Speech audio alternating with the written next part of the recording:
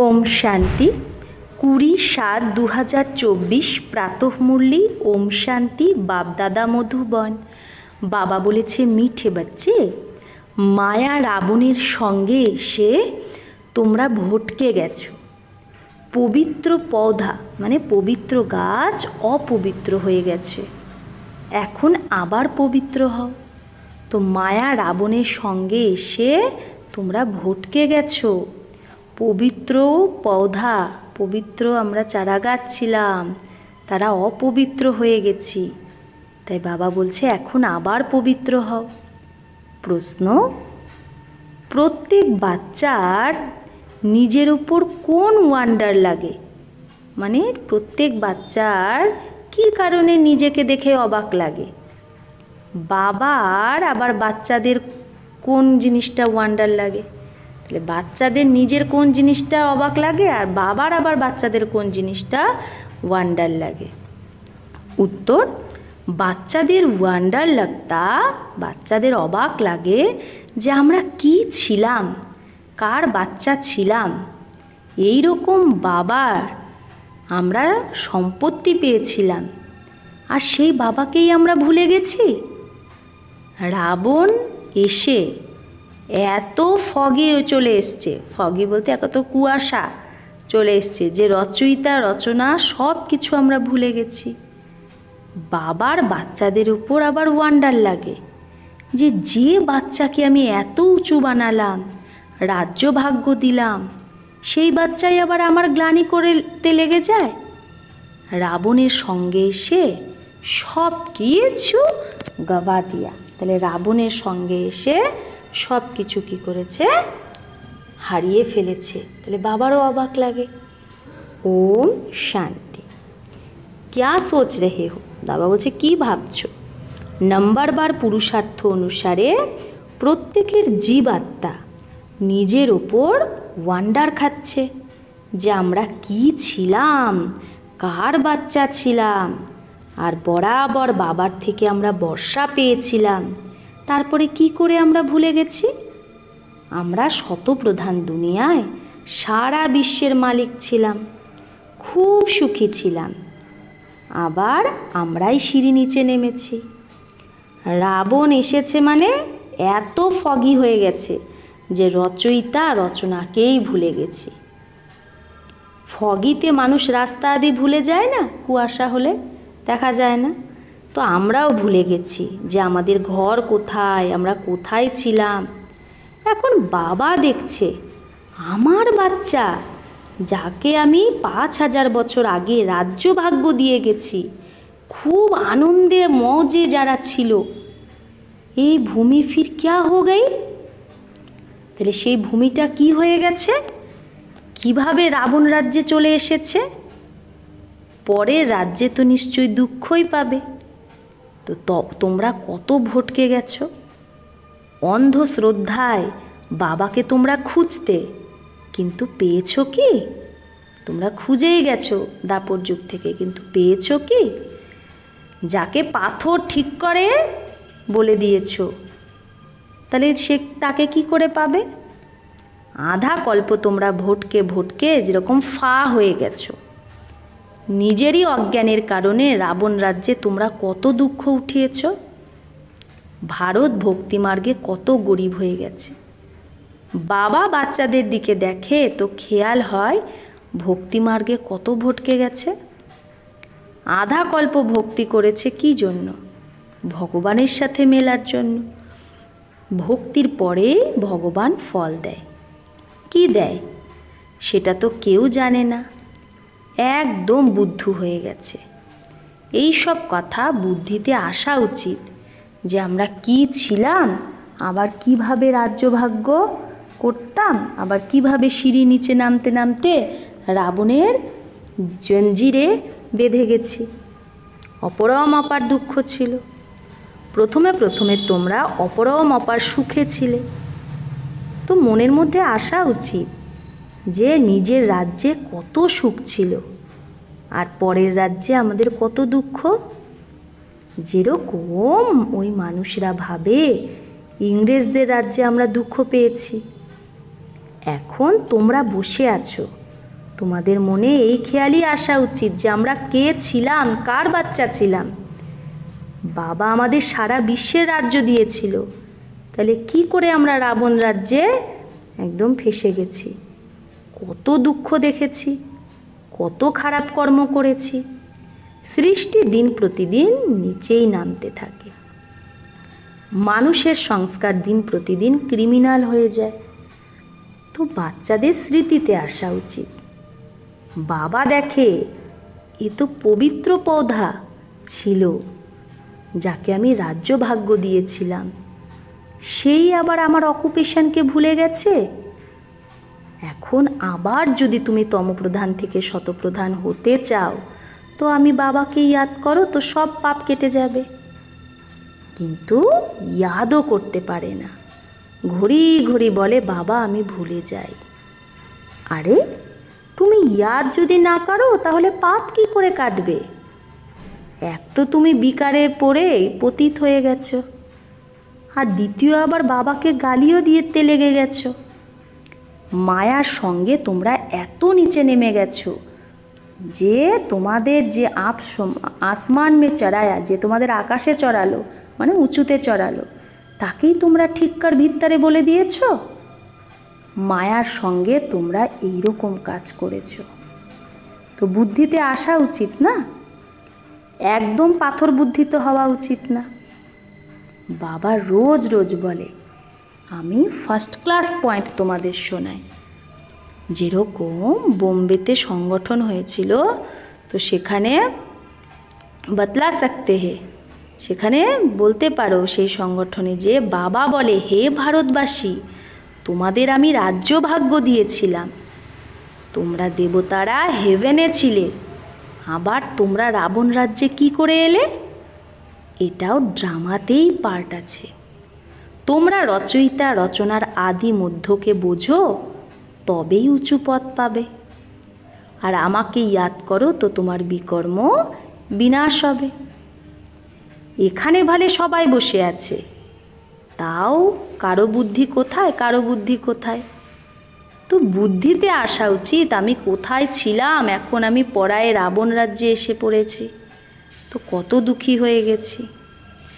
আমরা শিবালয়ে তো খুব সুখী ছিলাম, এখন বাবা আসে বেশ্যালয় থেকে বের করতে, তাও মানুষ বেরই হয় না।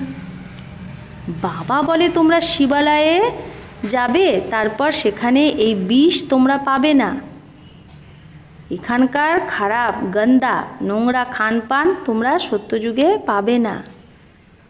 এখানে তো বিশ্ব, তো এটা তো বিশ্বকে মালিক থে না, লক্ষ্মীনারায়ণ তো বিশ্বের মালিক ছিল, তারা কোথায় গেল? আবার তারা নিজের রাজ্য ভাগ্য নিচ্ছে এখন। কত সহজ!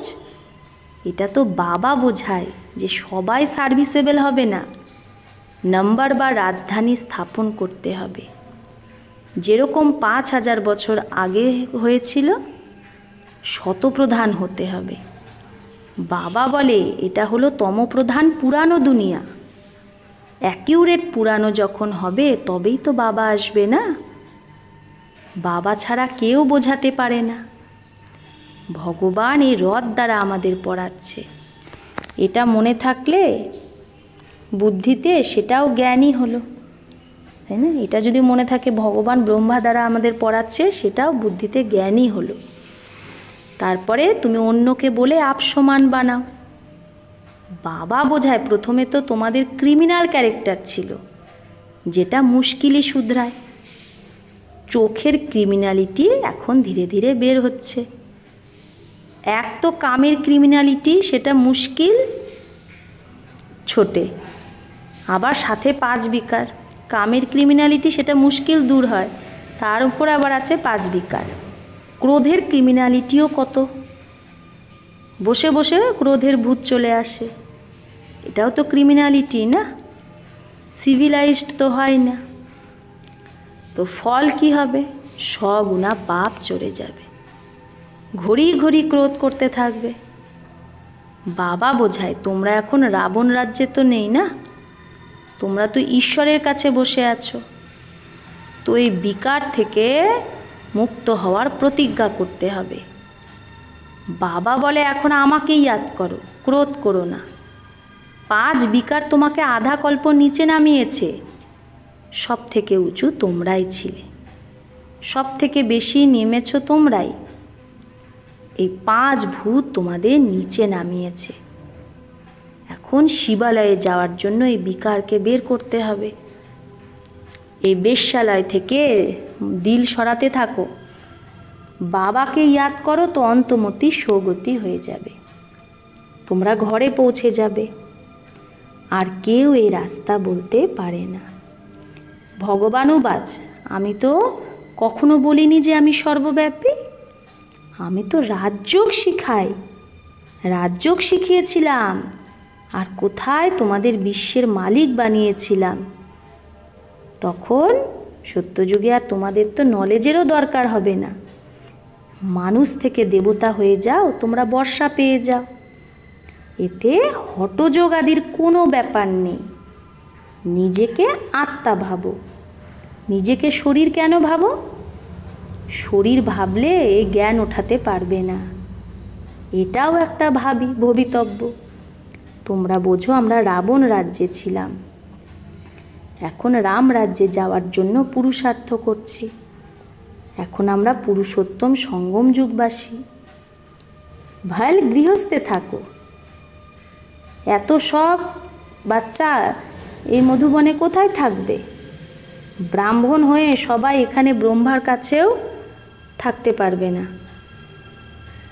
থাকতে হবে নিজের ঘরে।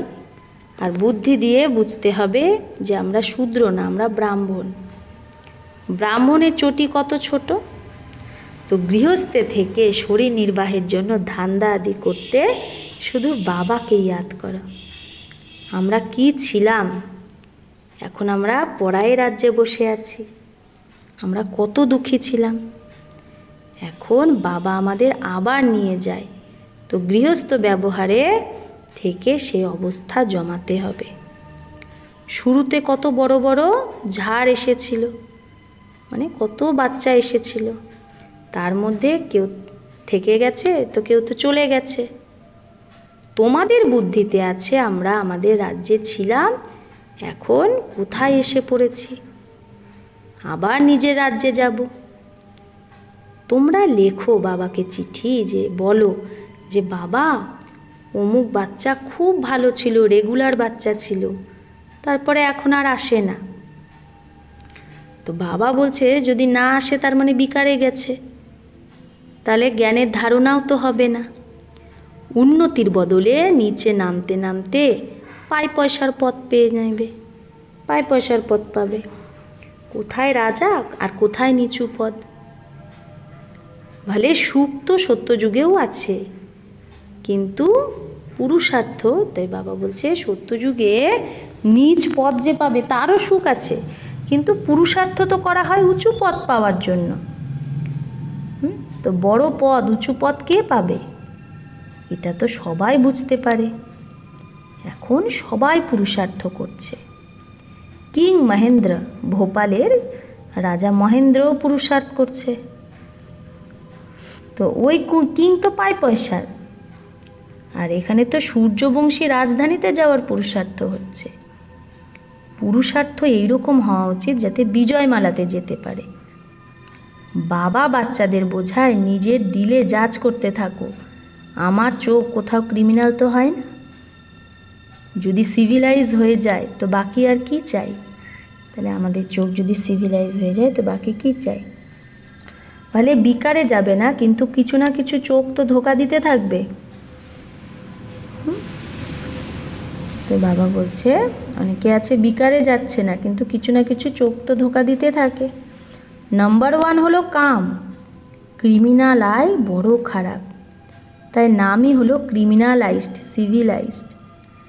বেহদের বাবা বাচ্চাদের जानते होते है ना, বেহদের বাবা বাচ্চাকে জানতে তো है ना। বেহদের বাবা তো বাচ্চাদের জানে যে কি কর্ম করে, কতটা সার্ভিস করে। অমুকের ক্রিমিনালাইজ এখন अभी तक गई नहीं है, যে বাবা জানে এই বাচ্চার ক্রিমিনাল আয় এখনও যায়নি, এখনও এইরকম এরকম গুপ্ত সমাচার আসে। আগে গিয়ে আরও অ্যাকিউরেট লিখবে, নিজেরাও ফিল করবে আমি তো এত সময় মিথ্যা বলেছি, নিচেই নেমেছি, জ্ঞান পুরা বুদ্ধিতে বসেইনি। এটাই কারণ ছিল যে আমার অবস্থা তখন পাক্কা হয়নি। বাবার কাছে আমি লুকাতাম, এরকম অনেকেই লুকায়। সার্জেনের কাছে 5 বিকারের বিমারি লুকালে হবে না, সত্যি কথা বলতে হবে। আমাদের বুদ্ধি এই দিকে যায়, শিব বাবার দিকে যায় না। তাই নিজেকে চেক করে বাবাকে সত্যি লিখতে হবে যে বাবা আমার বুদ্ধি এই দিকে যায়, শিব বাবার দিকে যাচ্ছে না। না বললে আরও বৃদ্ধি পাবে পাপ। এখন বাবা বোঝায় বাচ্চে দেহি অভিমানী হও, নিজেকে আত্মা ভাবো, আত্মা ভাই ভাই। তোমরা কত সুখী ছিলে যখন পূজ্য ছিলে, এখন তোমরা পূজারই দুঃখী হয়ে গেছো। তোমাদের কি হয়ে গেছে? সবাই বলে এই গৃহস্থ আশ্রম তো পরম্পরা ধরে চলছে। রাম সীতা কো বাচ্চে নেই থে? বাবা বলছে রাম সীতার কি বাচ্চা ছিল না? এরকম মানুষ জিজ্ঞেস করে। কি জিজ্ঞেস করে? যে গৃহস্থ আশ্রম তো পরম্পরা থেকে চলে আসছে, তাহলে রাম সীতার কি সন্তান ছিল না?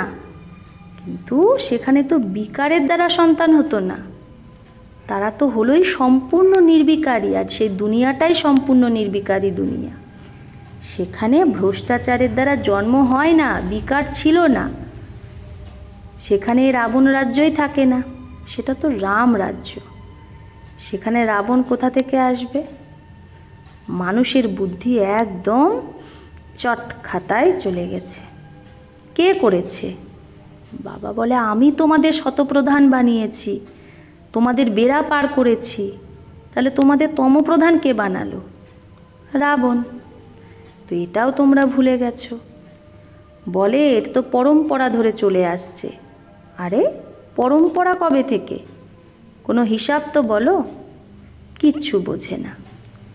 বাবা বোঝায় তোমাদের কত রাজ্যভাগ্য দিয়ে গেছে। তুমকো কিতনা রাজ্যভাগ্য দেকার গায়ে। তোমরা ভারতবাসী খুবই খুশিতে ছিলে, আর কেউ ছিল না, কারণ বাবা আমাদের এত বড় রাজ্যভাগ্য দিয়ে যায়। ক্রিশ্চিয়ানরাও বলে প্যারাডাইস ছিল, চিত্র দেবতাদেরই আছে। তো দেবতাদের থেকে পুরানো তো কোনো জিনিস হয় না। পুরানো থেকে পুরানো এই লক্ষ্মী নারায়ণ হোঙ্গে। তাহলে সব থেকে পুরানো যদি কিছু হয় তাহলে লক্ষ্মী নারায়ণ হবে, বা তাদের কোনো বস্তু হবে, তাদের কোনো ব্যবহার করার জিনিস। তো সব থেকে পুরানো হলো শ্রীকৃষ্ণ। নতুন থেকে নতুনও শ্রীকৃষ্ণই ছিল। পুরানো কেন বলে? কারণ পাস্ট হয়ে গেছে না। তোমরাই গোড়া ছিলে, আবার তোমরাই সাবড়ে হয়েছ। সাবড়ে কৃষ্ণকে দেখে খুব খুশি হয় মানুষ। দোলনায় সেই সাবড়া শ্যাম কৃষ্ণকেই করে ঝুলায়। তো মানুষ কি জানে যে এই কৃষ্ণ গোড়া কবে ছিল? কৃষ্ণকে কত ভালোবাসে। তো রাধা কি করেছে? বাবা বলে তোমরা এখানে সতের সঙ্গে বসে আছো, বাইরে তো কুসঙ্গে গেলেই ভুলে যাও। আবার মায়া বড় প্রবল, গজকে গ্রাহ হপ করে নেয়। এরকমও আছে, আবি ভাগে কি ভাগে। তো এরকমও অনেকে আছে যে এই ভাগলো কি ভাগলো, একটু যদি নিজের অহংকার আসে তো আরোই সত্যনাশ করে নেয়। বেহদের বাবা তো বোঝাতে থাকে যে এতে ফাঙ্ক নেই হোনা চাহিয়ে। এতে রাগ করলে চলবে না যে বাবা এরকম কেন বলল, সবার সামনে আমার ইজ্জত গেল। আরে ইজ্জত তো তোমার রাবণ রাজ্যে পুরোই চট হয়ে গেছে। দেহ অভিমানে আসলেই নিজেরই লোকসান করে দেয়, পথ ভ্রষ্ট হয়ে যায়। ক্রোধ লোভ ক্রিমিনাল আয়। তো চোখ দিয়ে জিনিস দেখে তবেই তো লোভ হয়। চোখ দিয়ে দেখলে সবে তো লোভ হবে। বাবা এসে তার বাগিচা দেখে, কে কে কী ধরনের ফুল। এখান থেকে গিয়ে আবার সেই বাগিচায় ফুলদের দেখে। তাহলে বাবা বলছে যে বাবা এই চৈতন্য বাগিচায় আসে ফুলদের দেখে, তারপরে ওই বাগানে গিয়ে ফুলদের দেখে। শিব বাবাকে ফুলও তো বরাবর চড়ায়, তো সে তো নিরাকার চৈতন্য ফুল। তোমরা এখন পুরুষার্থ করে এইরকম ফুল হচ্ছ। বাবা বলে মিঠে মিঠে বাচ্চো, যা কিছু পাস্ট হয়েছে তাকে ড্রামা ভাবো, ভেবো না। কত মেহনত করে কিন্তু হয়তো কিছুই না, টেকেই না বাচ্চারা। তো বাবা বলে আরে প্রজাও তো চাই না, একটুও যদি কেউ জ্ঞান শোনে তো প্রজা হয়ে গেল। প্রজা তো অনেক হবে, জ্ঞান কখনো বিনাশ হয় না। একবার শুনলে, একবার যদি কেউ শোনে যে শিব বাবা আছে তো ভি বাস, তাও ব্যাস প্রজাতে চলে আসবে। ভেতরে এই স্মৃতি আসা উচিত যে আমরা যে রাজ্যে ছিলাম সেটা আবার আমরা সেই রাজ্যটাই পাচ্ছি। তার জন্য পুরো পুরুষার্থ করা উচিত। একদম অ্যাকিউরেট সার্ভিস চলছে। अच्छा, मीठे मीठे सिकिलादे बच्चों प्रति माता पिता बाप दादा का याद प्यार और गुड मॉर्निंग। रूहानी बाप की रूहानी बच्चों को नमस्ते। हम रूहानी बच्चों की रूहानी माता पिता बाप दादा को याद प्यार गुड मॉर्निंग और नमस्ते नमस्ते नमस्ते। शुक्रिया बाबा, आपको लाख लाख शुक्रिया। ধারণার জন্য মুখ্যসার। 1, শিবালয়ে যাওয়ার জন্য এই বিকারকে দূর করতে হবে। এই বেশ্যালয় থেকে দিল হটাতে জানা है, হাঁটাতে হবে, দিল সরাতে হবে বেশ্যালয় থেকে। শূদ্রের সঙ্গ থেকে কিনারা করতে হবে। 2, যা কিছু পাস্ট হয়েছে সেটাকে ড্রামা ভেবে কোনো বিচার করা উচিত না। অহংকারে কখনো আসা উচিত না। কখনো শিক্ষা পেয়ে ফাঙ্ক নেই হোনা চাই। অনেকে শিক্ষা পেলে আবার সেটাতে আবার রাগ করে, হাত ছেড়ে দেয়, তো এরকম হওয়া উচিত না। বরদান, খুশির খাজানায় সম্পন্ন হয়ে দুঃখী আত্মাদের খুশির দান যে দেয় সেই পুণ্য আত্মা ভব। তো খুশির খাজানায় সম্পন্ন হয়ে দুঃখী আত্মাকে খুশির দান যে দেয় সেই পুণ্য আত্মা ভব। এই সময় দুনিয়ায় প্রত্যেক সময় দুঃখ, আর তোমাদের কাছে প্রত্যেক সময় খুশি। তো দুঃখী আত্মাদের খুশি দেওয়া এটা হলো সব থেকে বড় পুণ্য। দুনিয়ার মানুষ খুশির জন্য কত সময় কত সম্পত্তি খরচা করে, আর তোমাদের সহজ অবিনাশী খুশির খাজানা মিল গয়া, আর তোমরা সহজেই অবিনাশী খুশির খাজানা পেয়ে গেছো। এখন শুধু যেটা পেয়েছো সেটাকে সবাইকে দিতে থাকো, বাড়তে যাও। বাটনা মানেই বাড়া, যত দেবে তত বাড়বে। যেই তোমার সম্বন্ধে আসুক সে যেন অনুভব করে যে এর কোনো শ্রেষ্ঠ প্রাপ্তি হয়েছে, যার খুশি আছে। যেই আসুক সে যেন অনুভব করে কিছু পেয়েছে, শ্রেষ্ঠ কিছু, যার জন্য এত খুশি। স্লোগান, অনুভবী আত্মা কখনো কোনো কথায় ধোঁকা খেতে পারে না, সে সদা বিজয়ী থাকে। তো অনুভবী আত্মা কখনো কোনো কথায় ধোঁকা খায় না, সে তো সদা সব কিছুতে বিজয়ী থাকে, কারণ তার অনুভব আছে, তাই সে ধোঁকা খায় না। আচ্ছা, ওম শান্তি।